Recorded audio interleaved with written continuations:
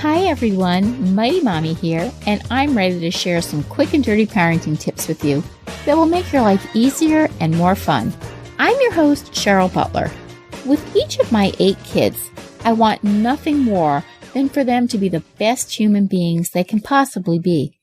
I don't expect one of them to be the next president of the United States, unless that's their own dream, but I do have reasonable expectations for them to make a positive difference in the world, no matter how small or big.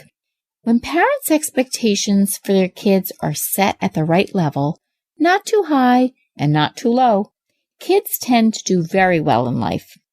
Mighty Mommy has 6 specific tools for setting reasonable expectations that all parents can follow to move their children forward at their own pace.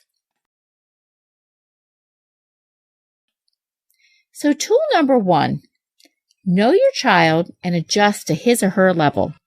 Forget about what your kids' peers are doing and don't get too carried away by everything you read in parenting books.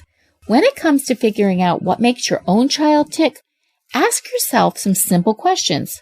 What's reasonable to expect from this particular child? What are her abilities, needs, accomplishments? What's her basic temperament? What's her current stage of development? In order to set appropriate expectations for your child, you really have to know them.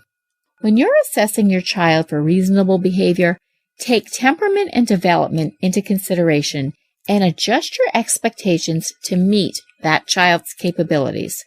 3 of my kids had significant learning and speech delays, but regardless, I knew that if I didn't set certain standards for them, they could very well flounder and perform at a lower level than that they were capable of.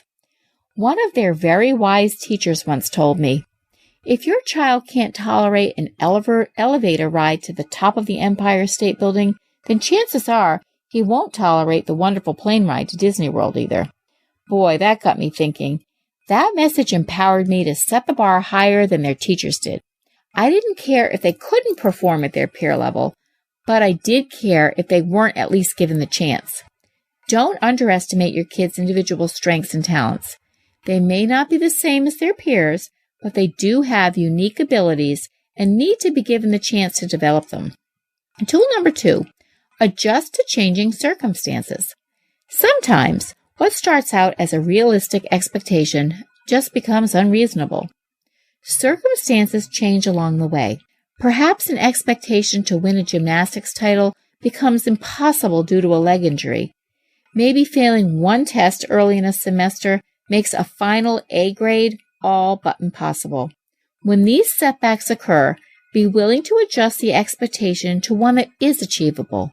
Don't set your child up for failure or disappointment when the unexpected gets in the way. Help your child set a new goal that is within reach, therefore validating their setback, but encouraging some other type of win.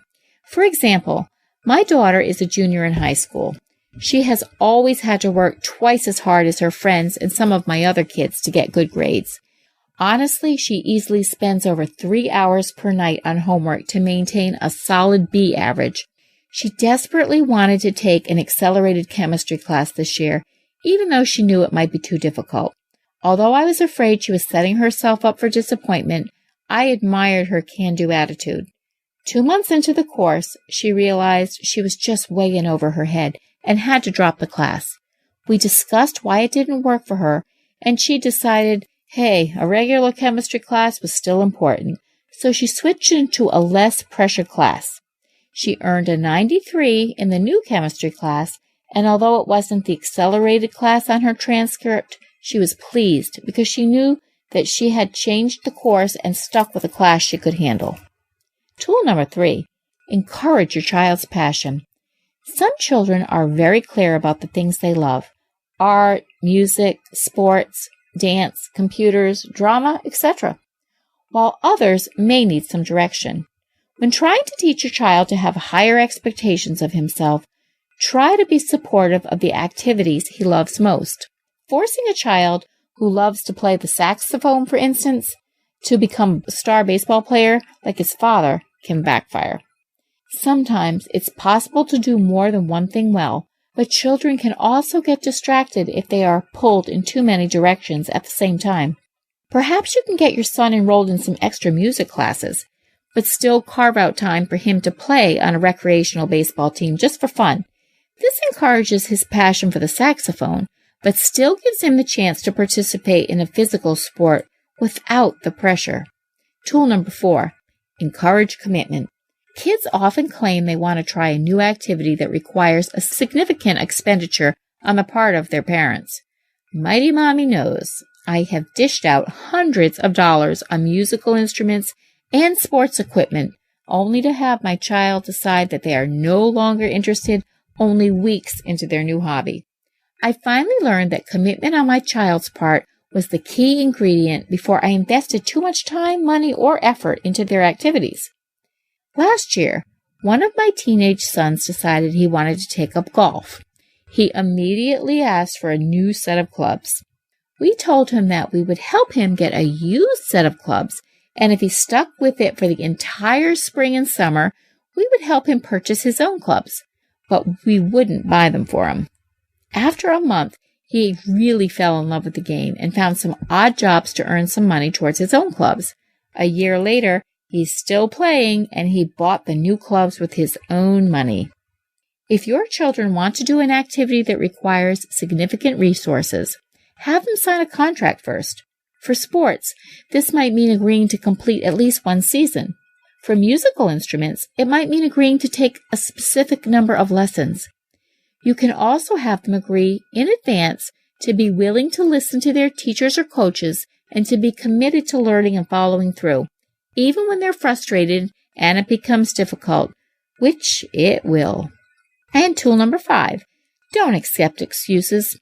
Help children recognize excuses for what they are. When they have made a commitment and then they say they don't feel like practicing or going to class, or that it's too hard, or it's just not fun anymore, remind them that this is just another challenge for them to overcome. Helping kids push through obstacles is a great way to teach them an important life lesson. Quitting is sometimes more painful than pushing through, making mistakes and continuing to work towards our goals. And tool number 6, encourage children to ask for feedback.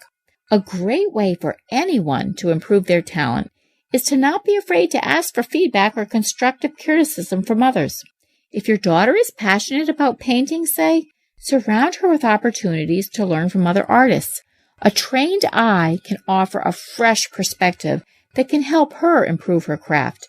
If children can be comfortable asking for feedback at a young age, they will learn that criticism can be helpful, not just hurtful, and it will be a skill that can help them all throughout life. How do you help set higher standards for your child? Share your thoughts in the comments section or post your ideas on the Mighty Mommy Facebook page. You can also connect with me on Twitter at Mighty Mommy or send me an email at mommy@quickanddirtytips.com. And don't forget to visit my family-friendly boards at pinterest.com/mightymommyqdt. Have fun and get excited when you explore your children's passions. You might learn something extraordinary about them in the process. Until next time, happy parenting.